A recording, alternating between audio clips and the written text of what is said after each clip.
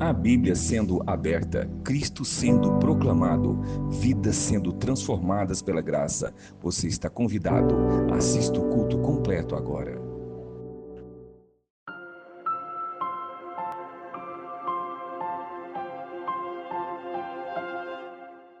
Boa noite, graça e paz a todos. Amém. Abram a Bíblia no Evangelho de João.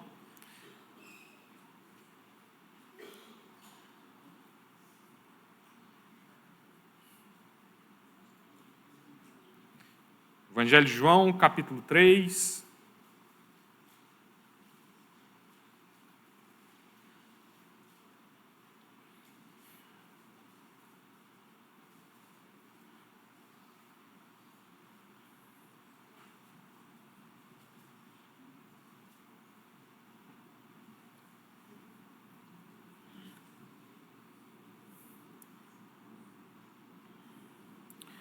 Leremos do versículo 1 até o 7º. Evangelho de João, capítulo 3. Versículo 1 diz assim: Havia entre os fariseus um homem chamado Nicodemos, um dos principais dos judeus. Este, de noite, foi até Jesus e lhe disse: Rabi, sabemos que o Senhor é mestre vindo da parte de Deus, porque ninguém pode fazer estes sinais que o Senhor faz se Deus não estiver com ele. Respondeu Jesus: em verdade, lhe digo que se alguém não nascer de novo, não pode ver o reino de Deus. Nicodemos perguntou: como pode um homem nascer sendo velho? Será que pode voltar ao ventre materno e nascer uma segunda vez? Jesus respondeu: em verdade, lhe digo, quem não nascer da água e do Espírito não pode entrar no reino de Deus. O que é nascido da carne é carne, e o que é nascido do Espírito é Espírito. Não fique admirado por eu dizer: vocês precisam nascer de novo. A história aqui, a narração não acaba aqui no versículo 7, ela prossegue, mas nós faremos a meditação até ao 7º versículo. Ore novamente ao Senhor. Neste momento, nessa oração, peça a Ele para falar ao seu coração, para que aquilo que você escutar encontre um lugarzinho aí na sua mente, no seu coração, para que você possa aplicar na sua vida. Então, ore a Deus.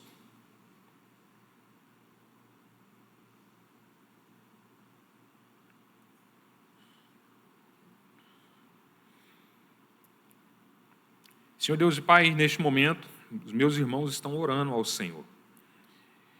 E eu oro também ao Senhor pedindo que as orações que estão sendo feitas sejam atendidas pelo Senhor. Que a palavra que já foi lida, agora que ela será explicada, possa encontrar um lugar adequado na vida de cada um deles, Deus. Que o Senhor, por meio da palavra pregada, possa mudar a mente e o coração de cada um dos meus irmãos. Isso é um desafio que nós temos para aplicar na nossa vida. Assim nós oramos em nome de Jesus. Amém. Meus irmãos, o Evangelho de João, ele começa descrevendo sobre o Verbo. No princípio era o Verbo, e o Verbo estava com Deus, e o Verbo era Deus. Ele estava no princípio com Deus, todas as coisas foram feitas por intermédio dele, e sem ele, nada do que foi feito se fez. A vida estava nele, e a vida era a luz dos homens. A luz resplandece nas trevas, e as trevas não prevalecem contra ela. Capítulo 1, versículo 1 ao 5º.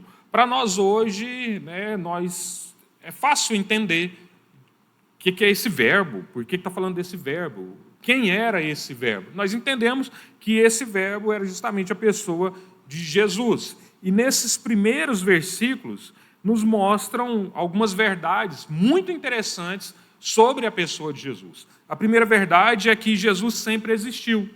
Ele sempre existiu, ou seja, ele é eterno, assim como Deus, sem começo e sem fim.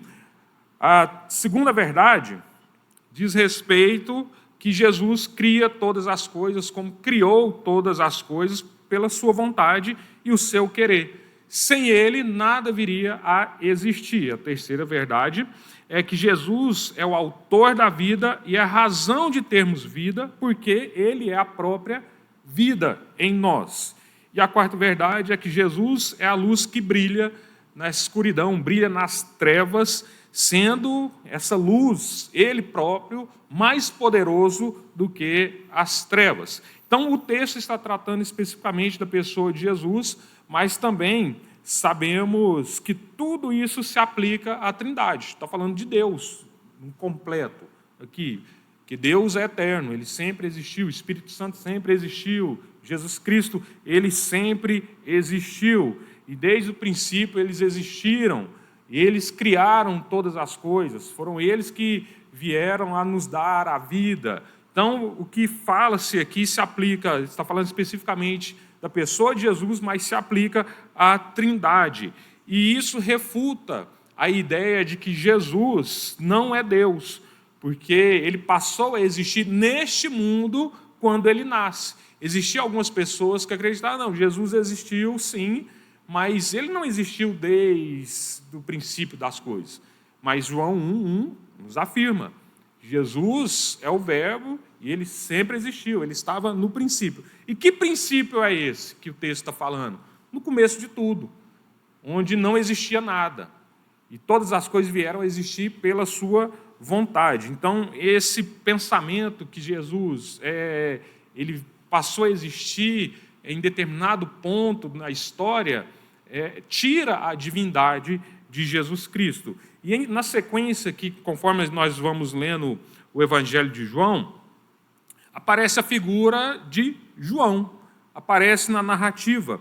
E João era uma pessoa conhecida por causa de uma missão muito importante que Deus deu a ele. E essa missão era fazer a introdução do verbo, abrir o caminho para o verbo de Deus, abrir o caminho para a pessoa de Jesus Cristo. Então, João aparece ali pregando, aparece batizando, e as pessoas começaram a conhecer quem que era essa figura ali estranha.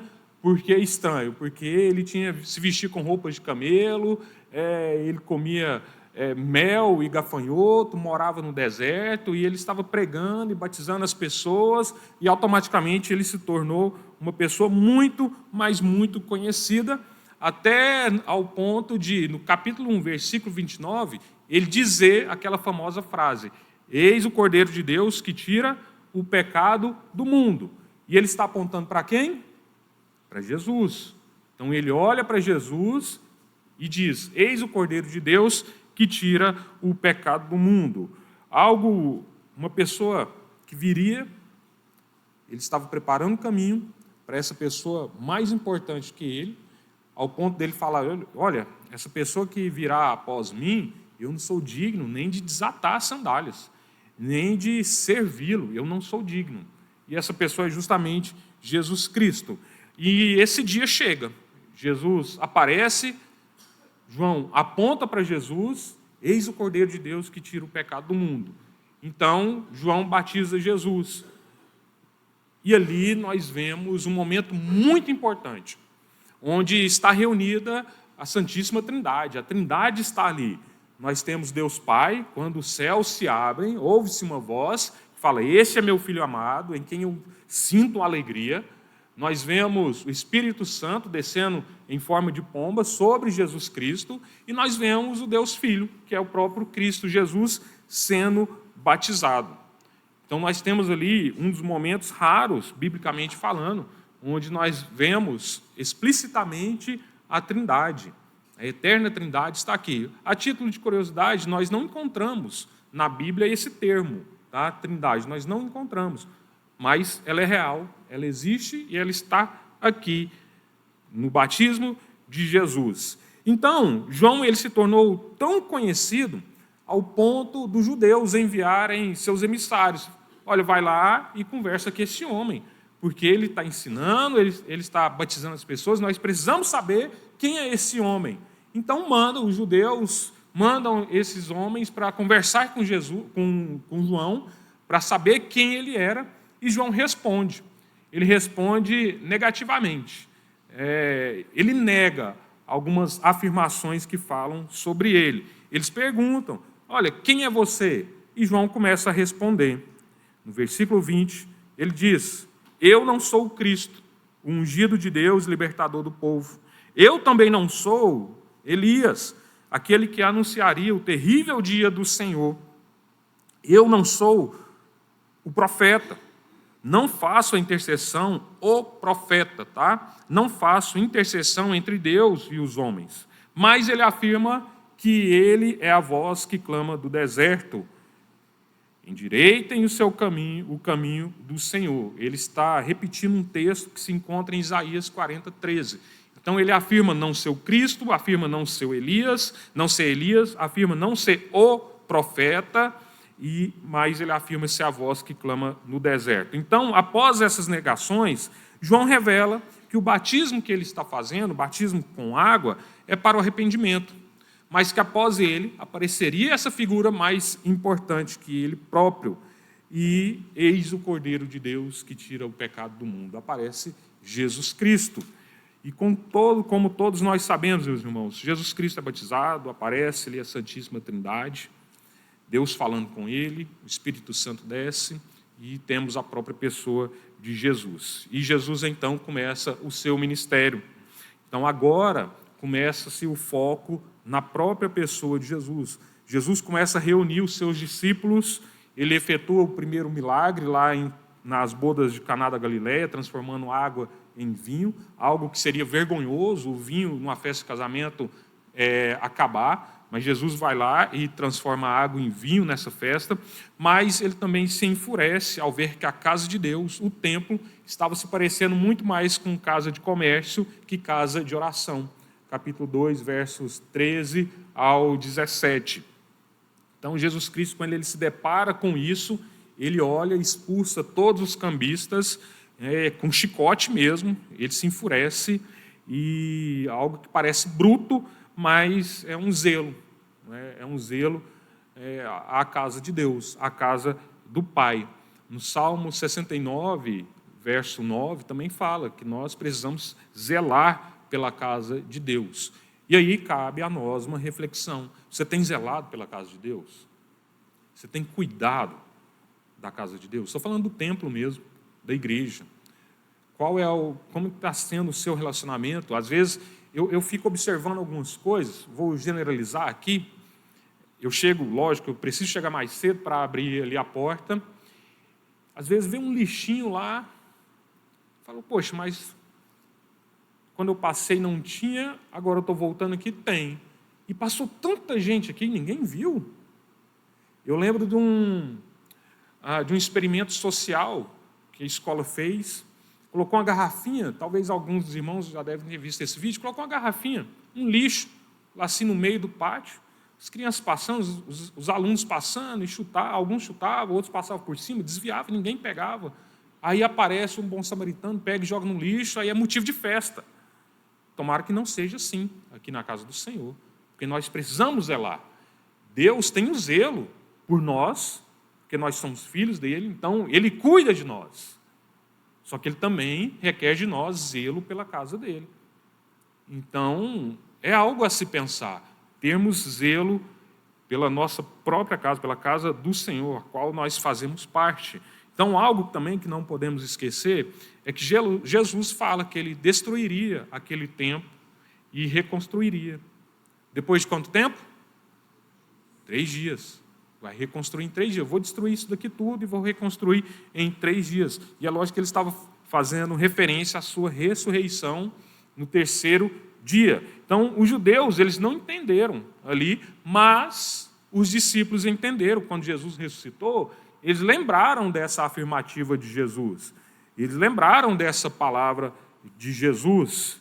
E essa reconstrução também acontece quando verdadeiramente vivemos em Cristo. Há uma reconstrução em nossa vida, onde tudo é jogado para fora, tudo é jogado fora, tudo é destruído em nossa vida, e Cristo passa a habitar em nós por meio do Espírito Santo, e ali começa uma reconstrução, começa algo novo em nossa vida.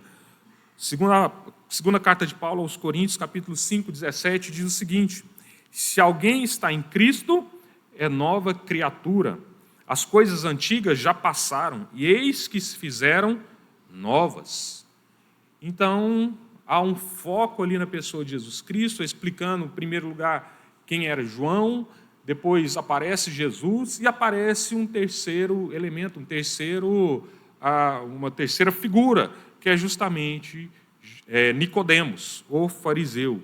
Então, Jesus, com toda a sua ousadia em pregar, em falar, unia o seu conteúdo com o seu ensinamento, com seus milagres, a sua maneira de pregar. Automaticamente apareciam pessoas que iriam atrás de Jesus, querendo ouvi-lo, querendo entender o que ele estava ensinando, e, de fato, alguns se tornaram seguidores de Jesus. Então, Jesus era uma pessoa que ensinava de maneira diferente, uma pessoa que fazia milagres jamais vistos, uma pessoa que vivia de uma maneira diferente, e, então, isso traz curiosidade. Olha, quem que é esse? Nós não conhecemos esse. Então, as pessoas começaram a se reunir, começaram a ir atrás de Jesus Cristo, e não foi diferente com esse fariseu, Nicodemos. Então, Nicodemos provavelmente possuía uma posição de destaque em relação aos outros fariseus, porque é escrito, um dos principais dos judeus, capítulo 3, verso 1. Nós vemos fazendo referência a Nicodemos. Nicodemos era um dos principais dos judeus e dos fariseus, E quando nós falamos em relação aos fariseus, geralmente vem um pensamento ruim sobre eles, porque eles sempre estão envolvidos ali em perseguição, por causa das pessoas que estavam pregando o Evangelho. Então, fica na nossa mente esse pensamento ruim em relação aos fariseus, mas nós não podemos generalizar, porque Nicodemos foi uma pessoa, um fariseu diferente, um judeu completamente diferente, porque essa passagem nos mostra algo interessante sobre esse fariseu. Os fariseus, meus irmãos, eram homens extremamente rigorosos, com o que diz respeito às leis de Moisés, com o que diz respeito aos costumes e às tradições do povo. Então, eles eram rigorosos, eles levavam a sério os ensinamentos de Moisés, levavam a sério as tradições. Eram pessoas estudiosas. Eles gastavam tempo ali, na verdade, investiam tempo no estudo das leis, no estudo dos pergaminhos, dos profetas. Eles acreditavam na ressurreição e na existência de seres celestiais, como, por exemplo, os anjos. Eles acreditavam nisso. Atos, capítulo 23, versículo 8, nos mostra como os pensamentos dos fariseus eram diferentes com outro grupo de pessoas, os saduceus. Atos 23, 28 diz o seguinte: pois os saduceus declararam não haver ressurreição, nem anjo, nem espírito, ao passo que os fariseus admitem todas essas coisas. No texto aqui de Atos, no versículo 8 que eu acabei de ler, mas o que está acontecendo? Paulo, ele está diante do Sinédrio, ele está sendo julgado, e Paulo foi muito sábio. O que ele fez? Todos estão contra ele, tanto os fariseus como os saduceus. Paulo, conhecedor desses dois grupos, do modo de vida desses dois grupos, dos ensinos desses dois grupos, o que ele faz? Vou lançar uma intriga aqui para dividir os meus inimigos. Então, ele olha e fala o seguinte: olha, eu acredito na ressurreição, acredito nos seres celestiais, angelicais. Os saduceus ficaram loucos, se levantaram em oposição a Paulo, porém, quem é que acreditava nisso tudo? Os fariseus. Então, dividiu ali os seus inimigos. E Nicodemos era um fariseu diferente. Ele era um fariseu estudioso, com uma posição mais elevada, mas ele também é um homem comum, assim como todos nós. E talvez movido pela curiosidade e o interesse em aprender um pouco mais, aprender até mesmo o que Jesus Cristo estava ensinando, essa curiosidade começa a queimar dentro dele. Ele vai atrás de quem? Ele vai ao encontro de Jesus. Da mesma maneira que as outras pessoas foram atrás de Jesus, Nicodemos, ele vai atrás de Jesus, para poder ver e ouvir por conta própria, saber quem era esse homem. Só que nós vemos no texto bíblico que Nicodemos vai à noite. Ele vai à noite. Eu tenho duas hipóteses aqui. Posso levantar duas hipóteses. Por que ele foi à noite? Primeiro momento, às vezes, primeiro pensamento que eu tenho é porque às vezes o período da noite seria um período mais tranquilo. Porque Jesus, por onde ele passava, ele arrastava multidões. Por onde Jesus Cristo passava, quando as pessoas descobriram quem era essa pessoa, quem era esse Jesus, opa, é aquele lá, é Jesus, vamos atrás dele. Então era normal ter várias pessoas atrás de Jesus para poder ouvi-lo. Então talvez, é um achismo aqui, então talvez Nicodemos foi em busca de Jesus à noite para ele ter esse momento mais íntimo, um momento que somente ele poderia conversar com Jesus sem ninguém impedindo. Uma outra hipótese era, pelo fato dele ter essa posição elevada diante dos fariseus, não pegaria muito bem. Pensa, Nicodemos é uma figura importante, uma figura de destaque, está andando com aquele homem que tem pregado certas coisas contra nós mesmos. Então, não fazia muito sentido ali, por causa de posição, às vezes ele preferiu ir às escondidas para conversar com Jesus. Mas, mesmo assim, Nicodemos, ele reconhece Jesus Cristo. Ele aceita a posição de mestre que Jesus assumiu, porque Nicodemos chama Jesus de Rabi, que quer dizer mestre. E Nicodemos afirma para Jesus, Rabi, que quer dizer mestre, sabemos que é mestre vindo da parte de Deus. Olha só o que Nicodemos está afirmando. Rabi, sabemos que é mestre vindo da parte de Deus, porque ninguém pode fazer estes sinais que tu fazes se Deus não estiver com ele. Nicodemos afirma que Jesus Cristo é mestre, ele reconhece os ensinamentos de Jesus, e ele reconhece que quem está ao lado de Jesus? O próprio Deus. Por quê? Ele observa tudo que Jesus estava fazendo e ele chega à conclusão lógica. Se esse homem está fazendo o que ele está fazendo, é porque Deus está com ele. Porque Deus está com ele. Então ele reconhece essa posição de Jesus Cristo. Nós vemos no versículo 2. E é muito, mas muito importante essa afirmativa de Nicodemos, porque ele não era qualquer pessoa. Nicodemos era um homem estudioso, como nós já vimos. Nicodemos, ele não chegou no lugar em que ele ocupava de qualquer maneira. Ele precisou demonstrar para as pessoas, para o grupo dos fariseus ali, quem ele era. Então, ele alcança esse patamar de um dos principais dos judeus. Ele era do alto escalão. Ele não era uma pessoa comum, não era uma pessoa leiga, não era uma pessoa fácil de se enganar. Então, pensa, um homem desse, instruído, um homem desse, sábio, o que ele faz? Reconhece Jesus como mestre e reconhece também que Deus estava ao lado de Jesus. Me lembro também de Atos, capítulo 5, quando os profetas foram presos por estarem ensinando sobre Jesus, e um fariseu chamado Gamaliel. Quem era esse homem? Gamaliel? Professor de quem? Professor de Paulo. Um homem de destaque também. E ele, certa vez, uma das várias confusões que esses homens, os fariseus, estavam envolvidos, eles pegaram ali os apóstolos e começaram a castigá-los, interrogá-los e tudo mais. Olha a sabedoria deste homem chamado Gamaliel. Opa, vamos parar. Para por aqui, porque apareceu uns outros homens, antigamente, um tal de Teudas, apareceu e arrastou alguns seguidores com eles. Mas o que aconteceu com eles? Logo, tudo aquilo que eles ensinaram foram esquecidos, foi esquecido, os seus seguidores também deixaram de seguir. Apareceu também um tal de Judas, ensinando, pregando. O que aconteceu com esse tal de Judas?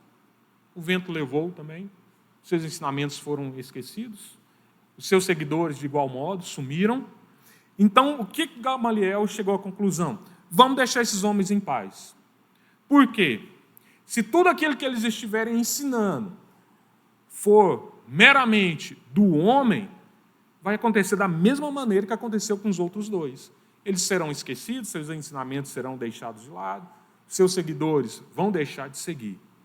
Olha o perigo se os apóstolos, se esses que nós estamos surrando, estamos interrogando, se esses homens forem homens usados por Deus, nós estaremos lutando contra quem? O próprio Deus. O próprio Deus. Essa foi a lógica que Gamaliel ele chegou em relação aos apóstolos. Com Nicodemos foi a mesma coisa. Ele viu a situação, viu a maneira de Jesus e falou assim, olha, certamente, tudo que está acontecendo é porque Deus é do lado desse homem, está com este homem. Ele chegou a essa conclusão.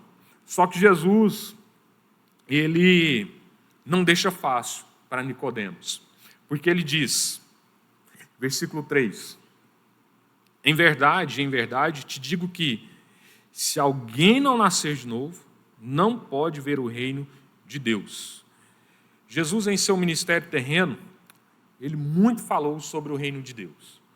Mas também não poderia existir uma pessoa melhor de falar do reino de Deus que o próprio rei do reino de Deus. Então Jesus estava familiarizado com esse tema. Jesus ele falou muito sobre o reino de Deus. E quando Jesus profere essas palavras, Nicodemos, mesmo sendo um homem tão instruído, ali a sua sabedoria diante de Jesus foi a zero. Foi a zero. Porque a sabedoria de Jesus ultrapassa a nossa. A nossa mente é limitada. A de Jesus não. Jesus conhece coisas que nós não sabemos. É Jesus, o Filho de Deus. E ele, Nicodemos, ele age como uma criança e ele pensa e responde como uma criança. Quando Jesus fala, olha, você precisa nascer de novo, quer ver o reino de Deus? Nasça de novo. E Nicodemos, ele responde de forma literal, né, com um tom de ironia. Versículo 4. Como pode um homem nascer de novo? Como pode um homem nascer sendo velho? Pode, porventura, voltar ao ventre materno e nascer uma segunda vez? No versículo 4 nós vemos essa fala, essa resposta de Nicodemos. Então, para ele, essa afirmação era ilógica. Essa afirmação de Jesus Cristo era completamente ilógica.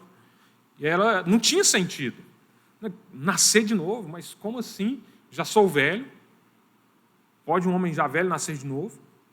Será que eu preciso voltar ao ventre materno para nascer de novo? Então, era uma resposta, era uma afirmação ilógica e sem sentido para Nicodemos. E eu creio que, de maneira rápida, ele refletiu sobre todas as coisas que ele havia estudado, só que ele não encontrou resposta melhor para dar para Jesus do que essa. Não tem como eu voltar para o ventre da minha mãe, já sou velho, como que eu vou nascer, como que eu vou nascer de novo? Talvez seria um enigma dito por Jesus. Vocês se lembram de Sansão? O que ele lança sobre um grupo de pessoas? Ele lança um enigma. Em Juízes capítulo 14, verso 14. Do comedor saiu comida e do forte saiu doçura.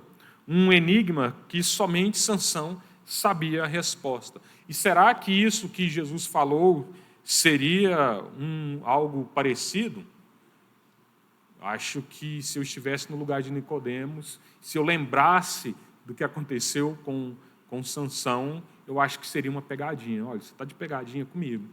Você não quer me dar a resposta, né? Você está bolando alguma coisa aí. E, em parte, sim, Nicodemos ele estava certo.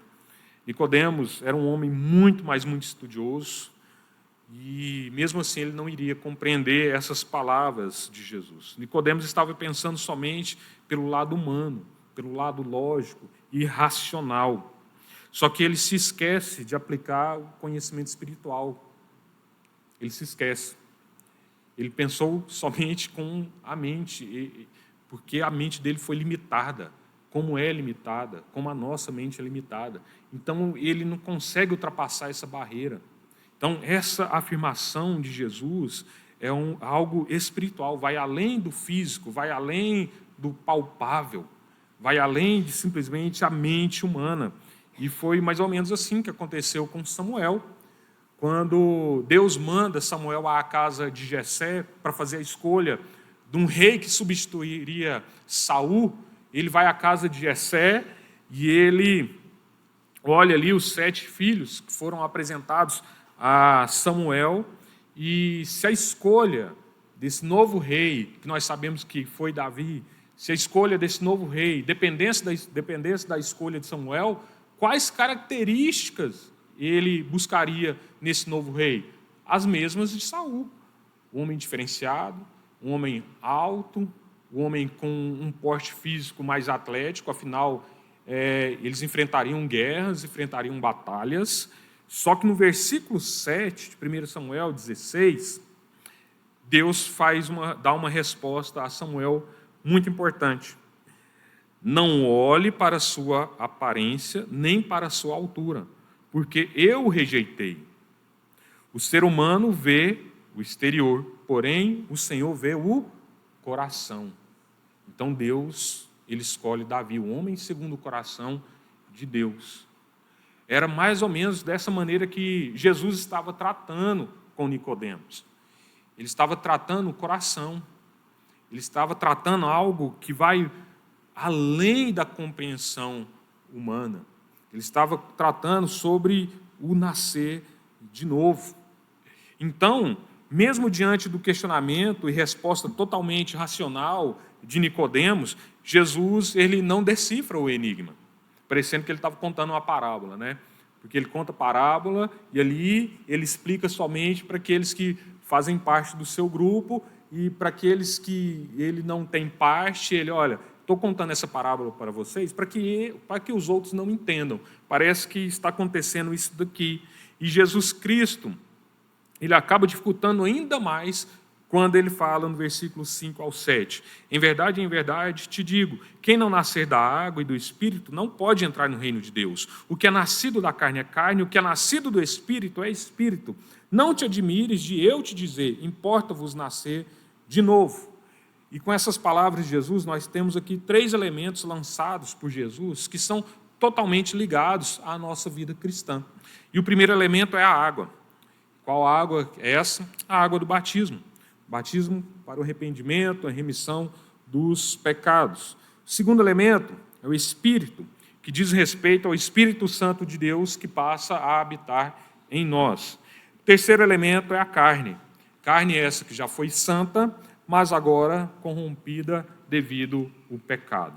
Então, para nós, esses elementos são de fácil compreensão também, porque nós lemos a Bíblia, nós fomos batizados, né? Aqueles que não foram serão batizados nas águas. Então, nós entendemos esses elementos, mas se coloquem no lugar de Nicodemos.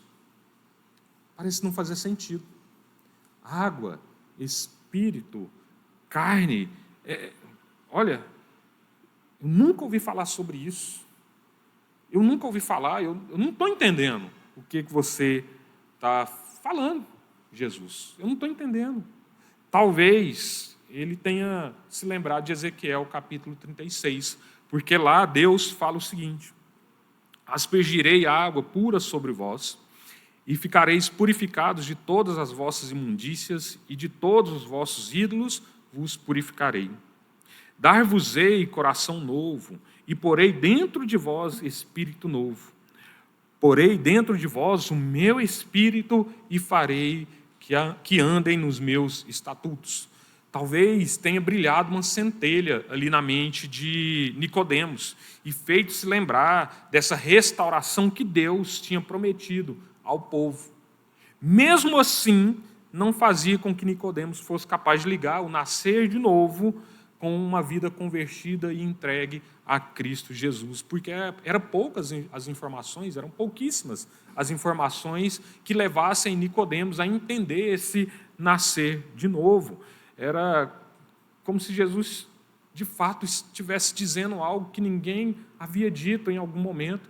Não estava escrito em nenhum lugar esse nascer de novo. Por isso que ele não conseguia entender. E Nicodemos, meus irmãos, ele não entendia esse conceito de nascer de novo. Mas e nós? Agora é com vocês. Será que vocês entendem esse conceito de nascer de novo? Será que se Jesus nos fizer essa pergunta, nós seríamos capazes de responder? Não, Senhor, eu sei o que é nascer de novo, eu entendo completamente o que é nascer de novo. Ou nós daríamos a mesma resposta de Nicodemos: pode eu, o homem já velho, voltar ao ventre da minha mãe e nascer de novo? Para ver o reino de Deus? É isso que precisa acontecer? Qual seria a sua resposta? Senhor, eu entendo o que é nascer de novo. O Senhor, é impossível um homem nascer de novo. Qual seria a sua resposta? Paulo, em Efésios, capítulo 4, adverte quanto às atitudes de uma pessoa que entendeu esse conceito, esse enigma de nascer de novo. Olha só a listinha, Efésios capítulo 4. Deixe a mentira e falem a verdade. Fique irado, mas não deixe esse sentimento tomar conta de vocês. Se roubava, não roube mais, antes trabalhe. Não saia de sua boca palavras sujas, mas palavras que edificam. E não entristeçam o Espírito Santo de Deus, no qual vocês foram selados para o dia da redenção. Sejam bondosos, sejam compassivos e perdoem uns aos outros, da mesma maneira que Cristo nos perdoou. Se nós continuarmos a leitura do capítulo 5, essa lista se estende ainda mais. A ideia de nascer de novo está completamente relacionada com uma mudança de vida, uma mudança de comportamento. É como se nós estivéssemos viajando por uma estrada e algumas placas, né, no canteiro pegam e nos alerta: precipício logo adiante, pare, volte. E aí o que você faz? Obviamente, você para e volta. Você não segue. É a nossa vida cristã. Nós estávamos indo em direção a esse precipício que nos levaria à morte. E quem é essa placa que nos adverte? Cristo Jesus. Cristo Jesus nos dá essa oportunidade de nascer de novo, nos dá essa oportunidade de termos uma nova vida nele. É por isso que, da mesma maneira que esse carro faz a conversão, alguns já fizeram essa conversão, alguns, em nome de Jesus, farão essa conversão. E aí nós mudamos o roteiro, nós mudamos a rota da nossa vida. Nós paramos de fazer determinadas coisas que fazíamos pelo fato de sermos uma nova criatura, pelo fato de sermos um novo homem, uma pessoa que nasceu de novo. Eu deixo determinados costumes e faço outros. E esses outros devem ser coisas, atitudes que agradem a Deus. Isso vai nos mostrar que nós somos novas pessoas, que somos pessoas nascidas de novo no sangue de Cristo Jesus. Somente assim é que demonstramos que somos pessoas novas. Essa é a resposta do enigma. A partir do momento que aceitamos o sacrifício de Cristo em nosso favor e cremos que Ele é o Filho de Deus, o Cordeiro de Deus que tira o pecado do mundo, e damos essa meia volta na nossa vida, né, nós mudamos por completo essa nova vida, nós demonstramos às outras pessoas que nós nascemos de novo. Olha a história de Paulo, o antigo Saulo, perseguidor da igreja, prendia os cristãos, castigava os cristãos, não deixavam eles pregarem sobre Cristo. E quem ele se tornou? Aquele homem nasceu de novo, porque ele teve um encontro com Cristo Jesus. Passou a testemunhar sobre Cristo, passou a pregar sobre Cristo, passou a viver uma vida que agradasse a Cristo, passou a sofrer por Cristo. Essa é uma pessoa regenerada, essa é uma pessoa que nasceu de novo. E quando eu olho, meus irmãos, para a minha vida passada, eu olho e falo assim: eu não perdi nada. Agora sim que eu ganhei algo. Eu ganhei a minha vida. Deus me deu vida em Cristo Jesus. As coisas velhas passaram de fato. Se passaram, foram embora. Não tenho saudade nenhuma daquilo que eu vivia. Mas, porém, entretanto, da mesma maneira que nós, quando estamos viajando, na nossa jornada aí, na nossa viagem, existem alguns probleminhas que enfrentamos, buraco na estrada, um pneu que fura, às vezes erramos ali o cálculo do combustível. Então, são problemas que nós enfrentamos na nossa viagem. A jornada cristã é a mesma coisa. Existem alguns problemas que acontecem na nossa jornada. Existe um inimigo que quer nos afastar de Cristo Jesus. Quem é esse inimigo? É uma pergunta. Quem é esse inimigo? Tem alguém vivo aqui? Quem é esse inimigo? Não, não é não. Não é. Sabe quem é esse inimigo? Que tenta fazer cada um de nós voltar a viver a velha vida? Somos nós mesmos. É o homem do espelho. Quando você olha para o espelho, está lá o seu inimigo. Aquele que tenta fazer você voltar a viver a velha vida. Aquele que te lembra, olha, era tão bom quando você fazia aquilo. Olha, não, mas isso aí pode. Mas Paulo também já nos falou. Todas as coisas me é lícita, mas nem todas convêm. Todas as coisas são lícitas, mas nem todas edificam. Paulo enfrentou o homem do espelho. Em Romanos 7, ele mesmo fala: aquelas coisas que eu gostaria de fazer, eu não faço. Mas aquelas que eu não gostaria de fazer, essa eu faço, por conta do homem do espelho.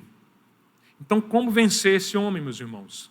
Em Atos 16, Paulo e Silas, certa vez presos, eles oravam ao Senhor e cantavam com grande fervor. E o que aconteceu com a cadeia? Um grande terremoto, os grilhões e também as portas, os cadeados, e tudo foi aberto. O carcereiro chega, e ele chega ao ponto de falar assim: eu vou tirar minha vida, porque todos fugiram.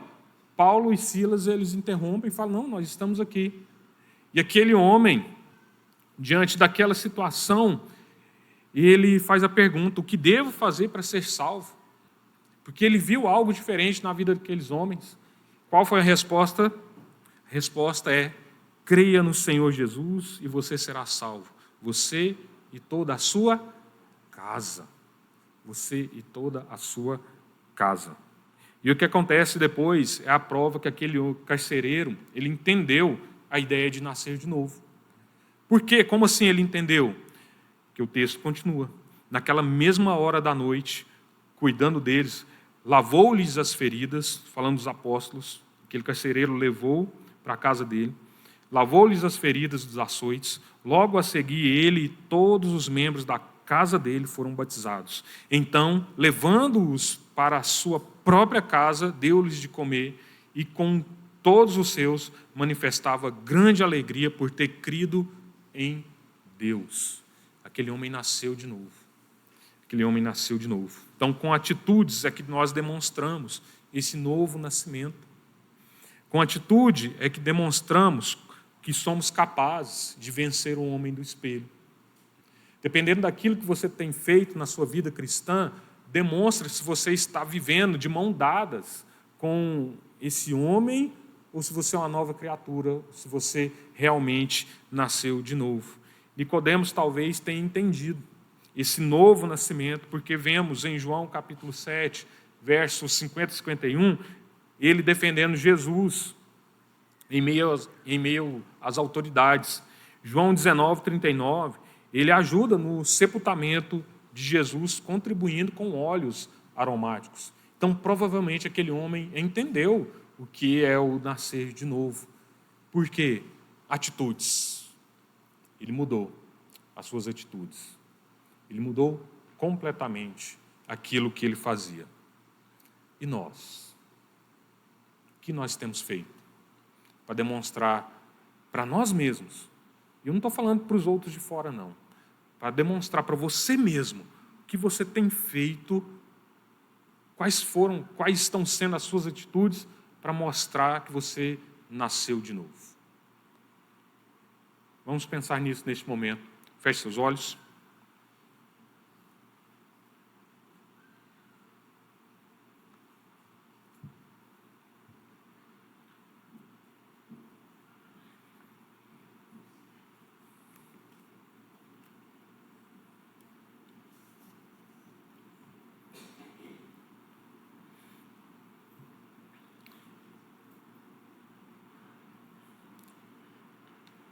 Senhor Deus e Pai, em nome de Jesus, nós oramos ao Senhor. Nós oramos ao Senhor reconhecendo que em algum momento da nossa vida nós estávamos assim, da mesma maneira que Nicodemos, sem entender o que é um novo nascimento. Mas como é bom saber que o Senhor mesmo nos explicou o que é isso. É uma mudança de comportamento, uma mudança de postura de vida, uma mudança de pensamento. Nós entendemos isso, Pai. Sabemos que também não é fácil, porque, como dito, o homem do espelho está ali, querendo nos arrastar à nossa vida passada, mas nós não queremos isso. Os meus irmãos não querem isso, Pai. Nós pedimos ao Senhor que nos ajude a completar essa carreira, a completar essa jornada de uma maneira digna. Que o Senhor esteja ao lado dos meus irmãos, Deus, que com toda certeza, vez ou outra, eles se lembram sim da vida passada, mas que possamos olhar para Cristo Jesus, possamos sempre nos lembrar, não somente no momento de ceia, mas que possamos nos lembrar diariamente do sacrifício de Cristo Jesus em nosso favor, Pai. Que possamos entender que Cristo Jesus morreu na cruz em nosso favor e nos deu essa possibilidade de nascermos de novo, Deus. De termos uma vida real, de termos uma vida verdadeira. Obrigado, Deus, porque o Senhor olhou para nós, o Senhor teve misericórdia de nós e o Senhor derramou a sua graça salvífica sobre nós, Pai. Isso nos leva a entender esse novo nascimento. Eu peço ao Senhor que esteja com cada um dos meus irmãos, Deus, fortalecendo, guiando os passos, iluminando a mente, habitando em cada coração, Deus.